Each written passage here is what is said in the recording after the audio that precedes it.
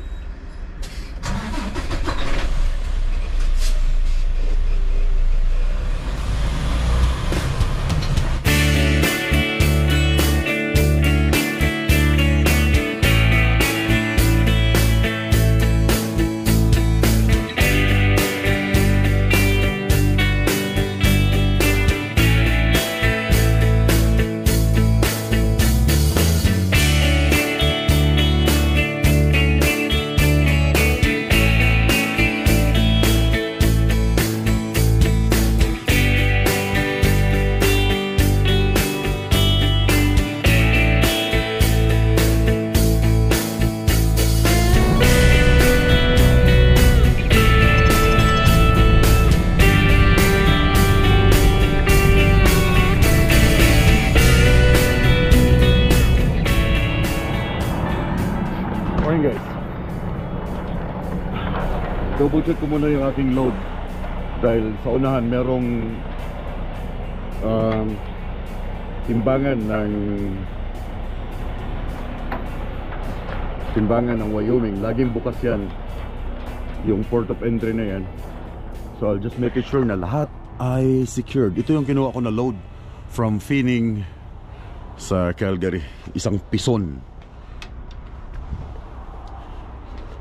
Hindi siya oversize.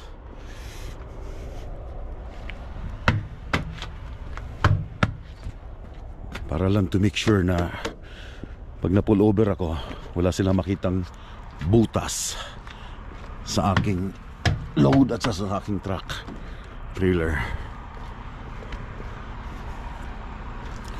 Nahihilo pa ako. Meron akong nararamdaman ngayon. May ubo, sipon. The last few days may lagnat ako, pero yeah, kayod pa rin. Tuloy-tuloy lang ang buhay habang may hininga. Hala, banat.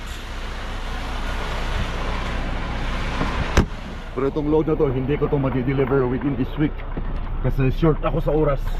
Ay, hindi ako short sa oras, but darating ako ng Texas too late na, tapos yung customer hindi sila bukas ng Saturday, and malamang ma-deliver ko to by Monday morning. Say a command. I'm not talking to you. Itong Wyoming, sa ganitong buwan, malakas na ang snow nito. Ito yung worst na state pag during winter time. Merong mga chain up dito, may mga chain down, may mga ganun. So ngayon Kita niyo yung kalsada. Walang snow. Walang snow. Napakaganda ng panahon. -5 lang ngayon dito sa Wyoming. Pero kung nagkataon na hindi El Nino yung weather ngayon, malamang hindi ako dadaan dito sa Wyoming. Worst sa worst na state during winter time. Ang daming disgrasya dito. Kahit nga summertime, nung bumiyahe ako ng summertime dito, ang lakas ng hangin, ang daming natumbang truck. I think nandyan sa video ko before pa, ang daming natumba na truck dito sa Wyoming dahil malakas ang hangin dito. Kung nagkataon nga na merong snow, ang daming stranded dito, ang daming disgrasya. But yan, napakaganda ng panahon ngayon. Meron akong katabi dito, oversize, diba? Dry na dry yung kalsada ng Wyoming. So thankful. Sana ganito na lang. Malamig ng konti, -5, pero hindi siya malakas ang snow. Okay yung malamig, wag lang yung sobrang dami talaga yung snow dahil yun ang nagkukos ng disgrasya. Pag once ang snow bumagsak na sa pavement, sa semento, tapos inaapakan na agad ng mga sasakyan or hindi agad nalinis, hindi na agad na plow, naapakan na ng mga truck, doon na yung magbi-build up ng ice na, mag-ice na siya, matigas na yon. So ang rubber, syempre yung ibang truck driver, hindi naman lahat ng mga truck driver dito ay naka winter tire, no? Lahat ay all season yung gulong na yon, pwede sa ano, but dudulas at dudulas pa rin yan. Kaya maraming disgrasya pa rin ang mangyayari. Pero pag ganito ang situation, ganito lang ang weather, ganito ang pavement, well, napakaganda, di ba?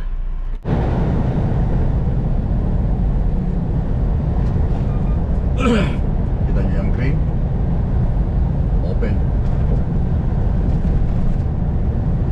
Open. Open. Open.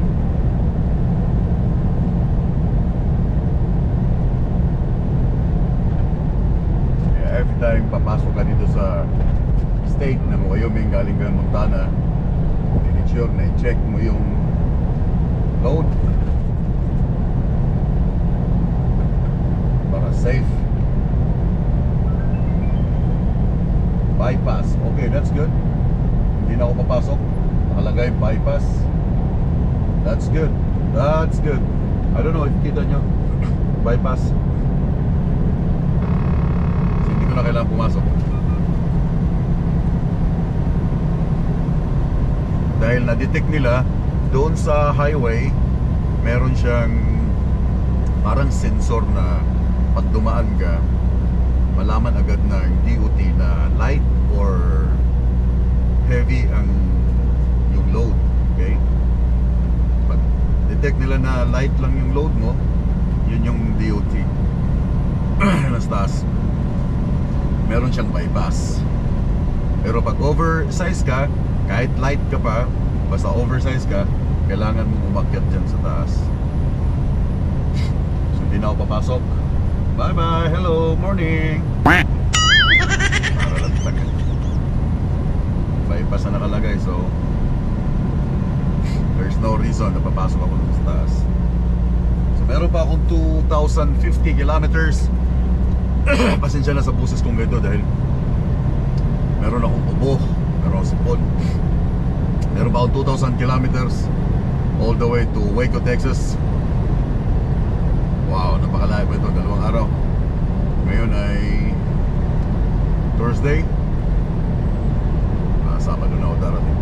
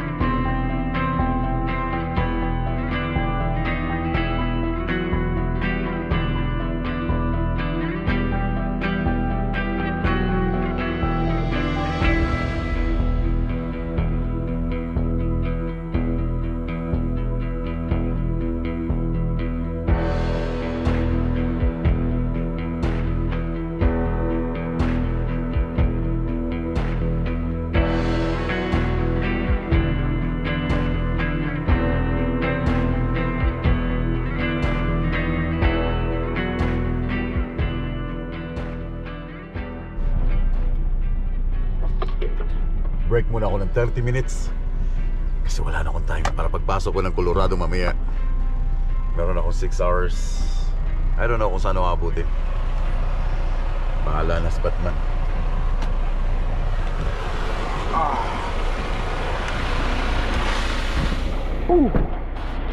Oh lala.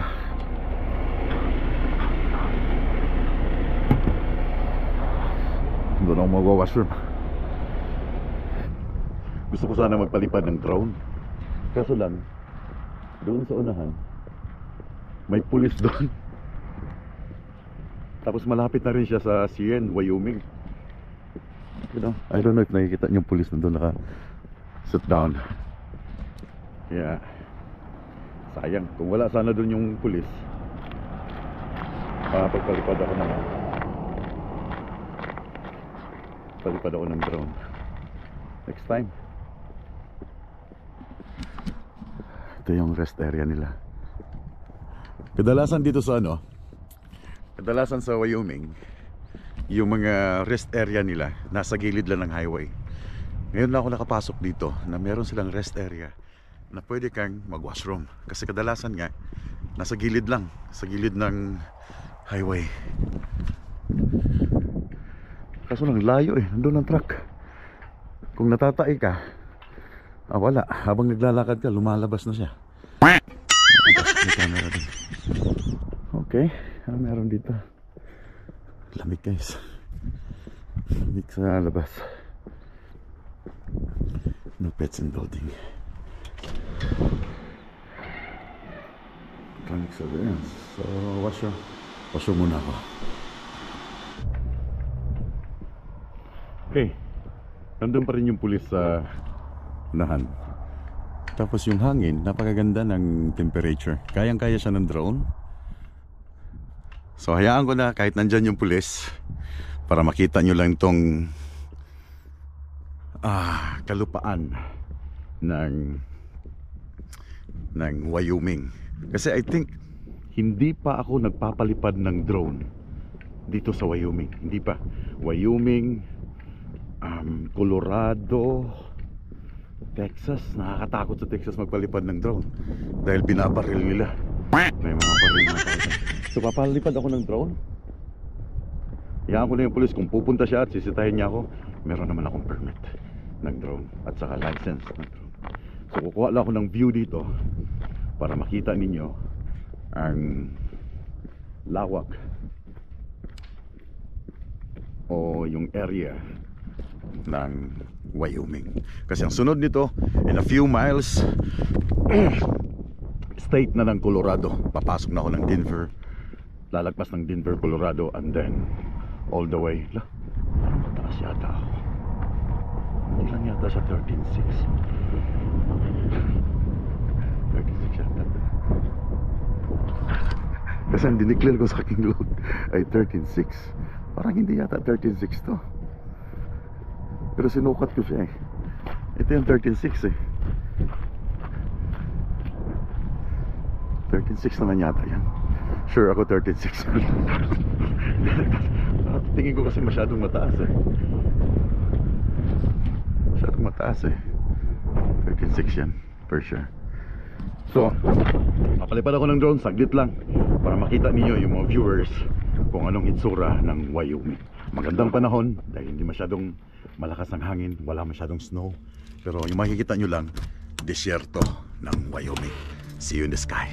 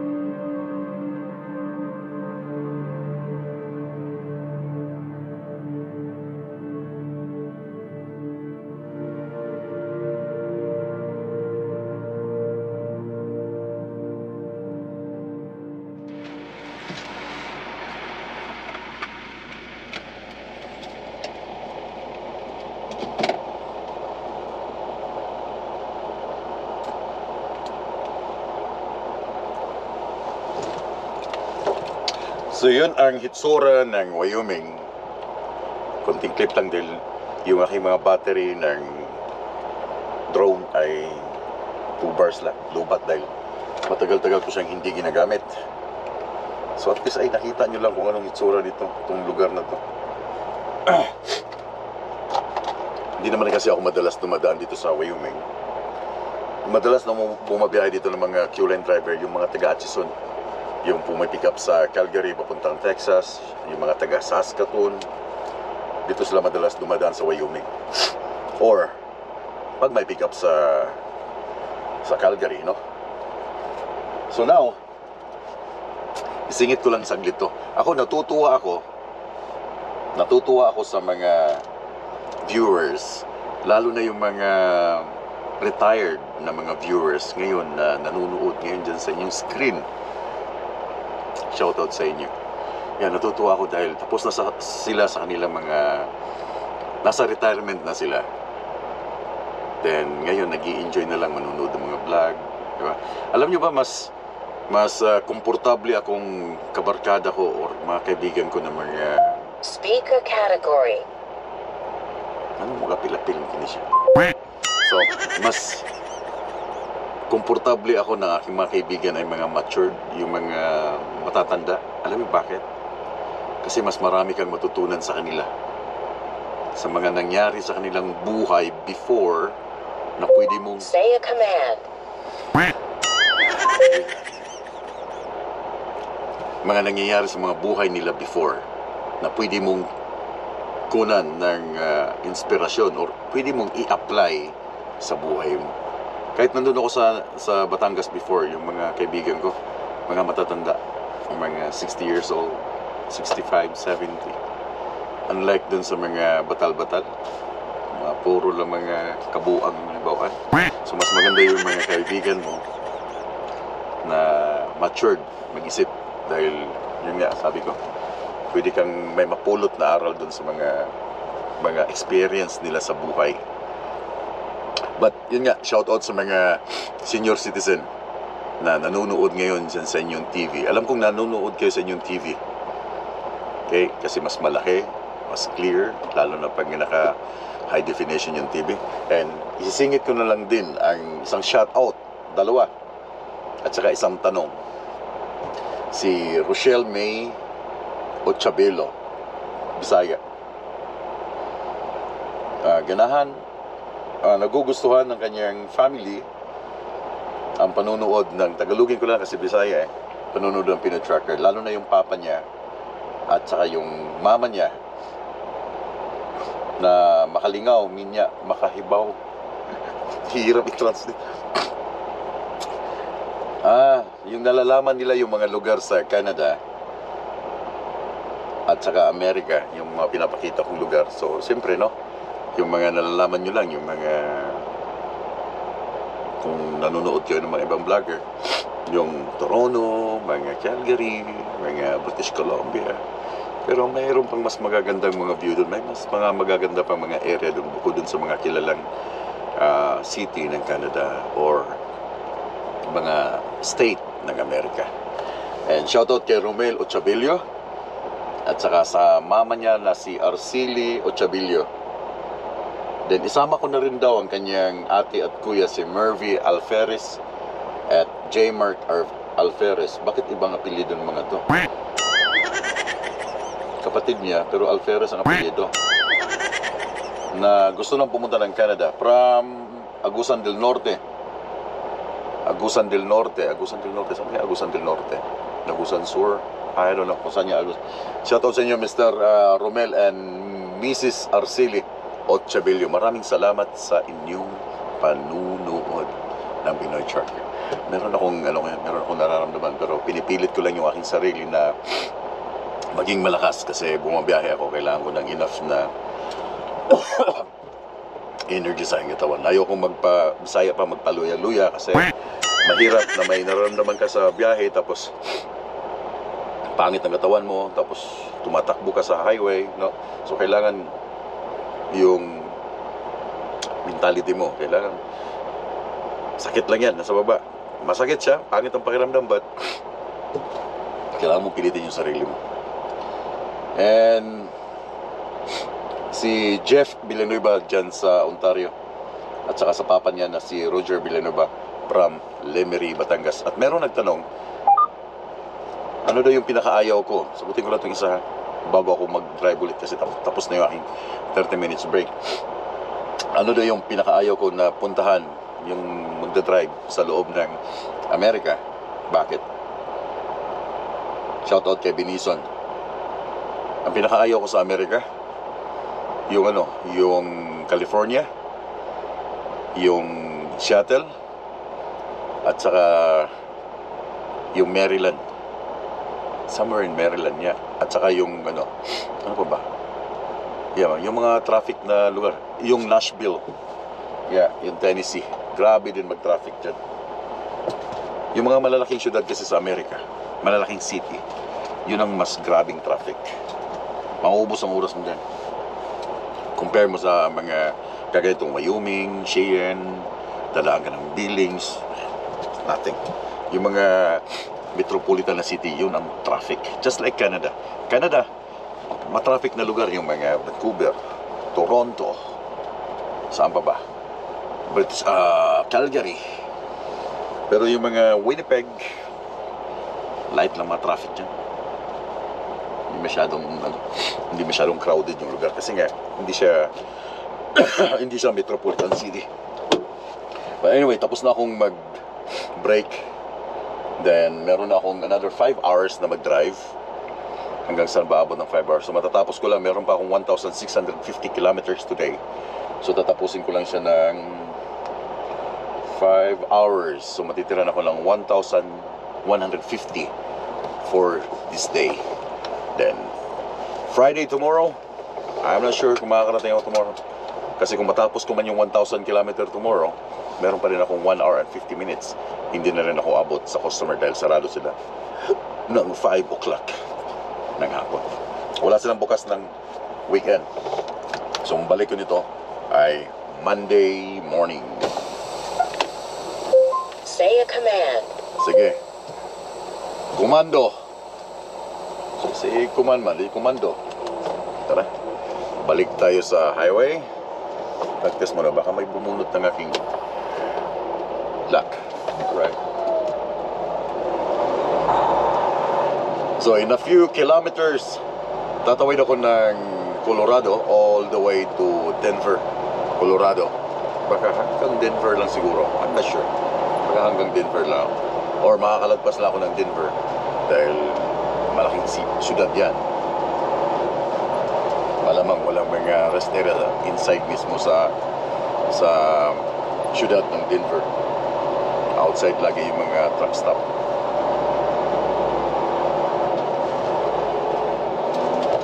At the end of the street, turn left. Okay.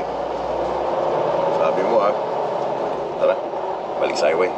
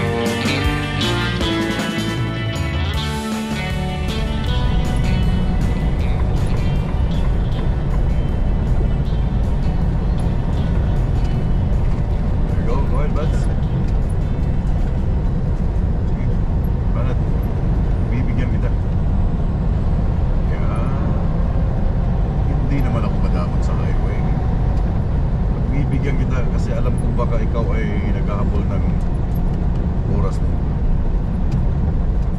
Baka nauubusan ka na ng welcome, you're welcome. Baka nauubusan ka na ng oras mo at kailangan mo makaparking na. It's all yours, man. It's all yours.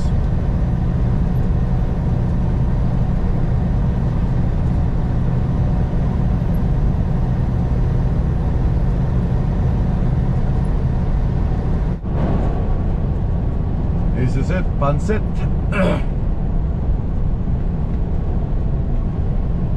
Yun na yung lobs sa unahan. Finger cross, sana mayroon pang parking. Finger cross. Oh la la.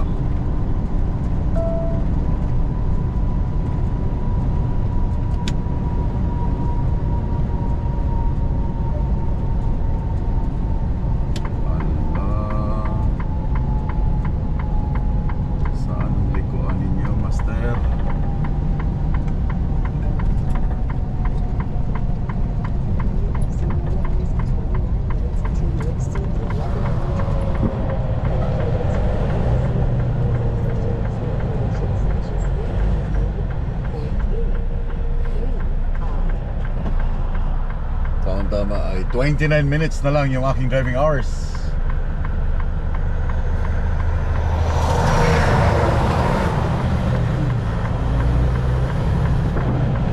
Arriving at coordinates.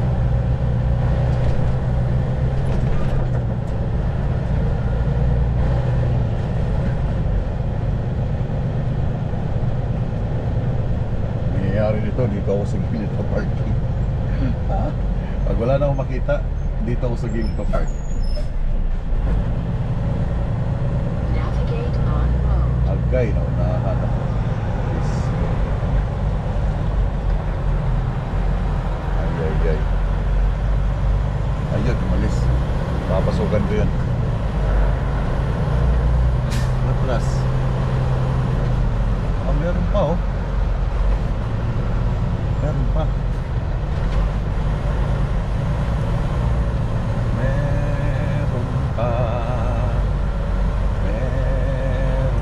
Didiretso ko na lang. Marami pa pala. Luwag pa pala.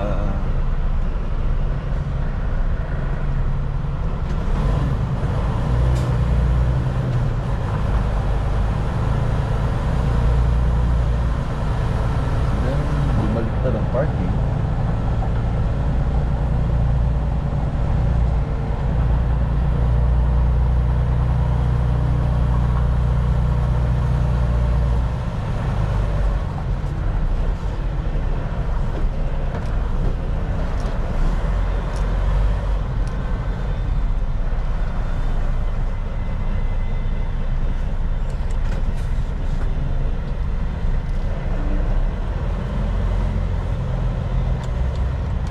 Just mirror.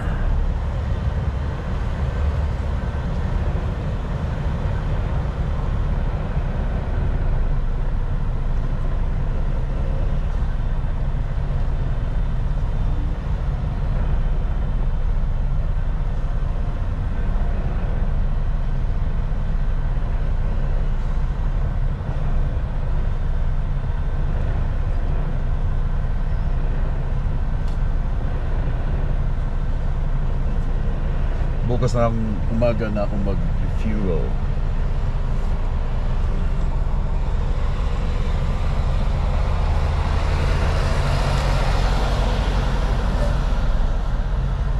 Grabe. Alam mo pag sobrang pagod ka na, hindi mo na ma-shoot yung ano eh. Ma-shoot yung parking eh.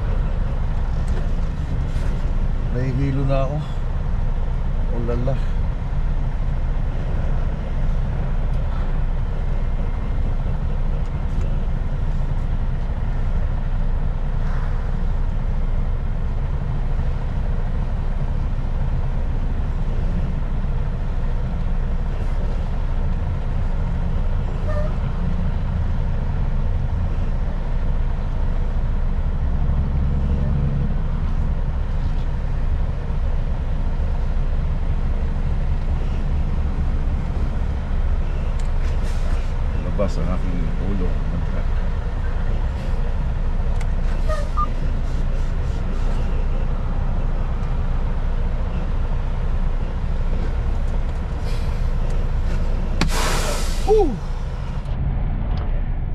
dito na ako nakapark sa anong lugar ba to? 1,098 na lang yung kilometers papuntang Waco, Texas.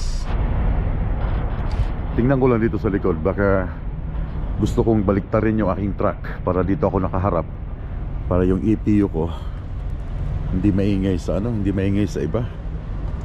Tingnan mo mga nagtatapo ng ihi dito, mga bastos talaga. Para dito na ako nakaharap sa sa likod. Pwede naman siguro, no? Kasi pag paanda rin ko yung EPU, baka maingayan yung aking katabi.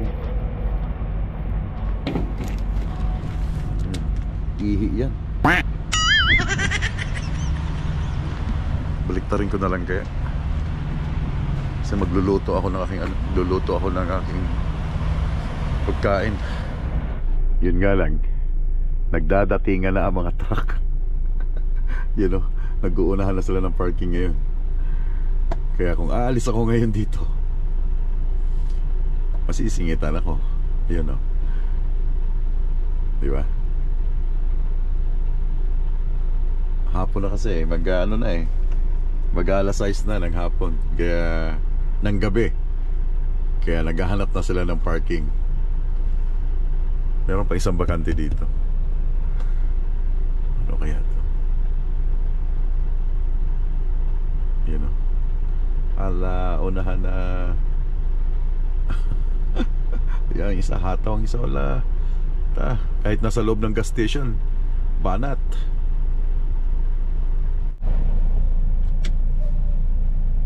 Yeah, babaliktarin ko na. Hindi ako makapagluto ng kanin dahil papanda ako ng EPU at saka magbuhugas. Baliktarin ko na.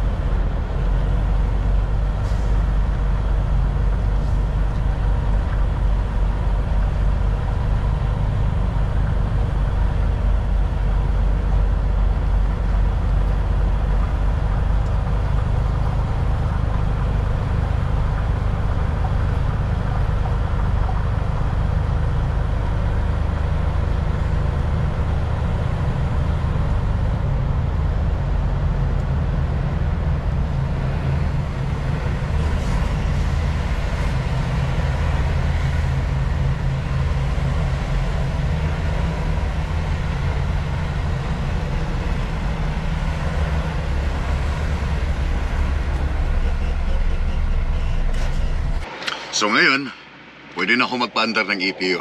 Hindi na ako nakakasagabal sa ibang truck driver na natutulog na. Pero kung ako yung nauna sa parking, tapos may tumabi sa akin dalawa, at nakapagpaandar na ako ng EPU, wala na kayong magagawa. Maiingayan kahit maiingayan, but ako yung nauna. But merong nauna sa aking side, so kailangan i-respect ko siya dahil tulog na, nagpapahinga, maingay yung EPU. So dito ako nakaharap sa damuhan para makapagpaandar ako ng EPU, makapagluto ako ng aking hapunan, di ba? Iniisip ko rin yung kapakanan ng ibang mga truck driver na nagpapahinga. Yun ang tinatawag na respect. Respect. Okay? Dapat may respeto ka rin sa kapwa mo driver na nagpapahinga na. Hindi tayo ganun, mga Pilipino. Okay? Tayong mga Pilipino, meron tayong respeto sa ating kapwa. Pasensya na sa aking boses dahil may ubo. Dito ko natatapusin ang video. Magluluto pa ako ng kanin. Luluto ng kanin, tapos maghahapunan, dahil mag-i-edit ng video. So daghang salamat sa inyong tanan.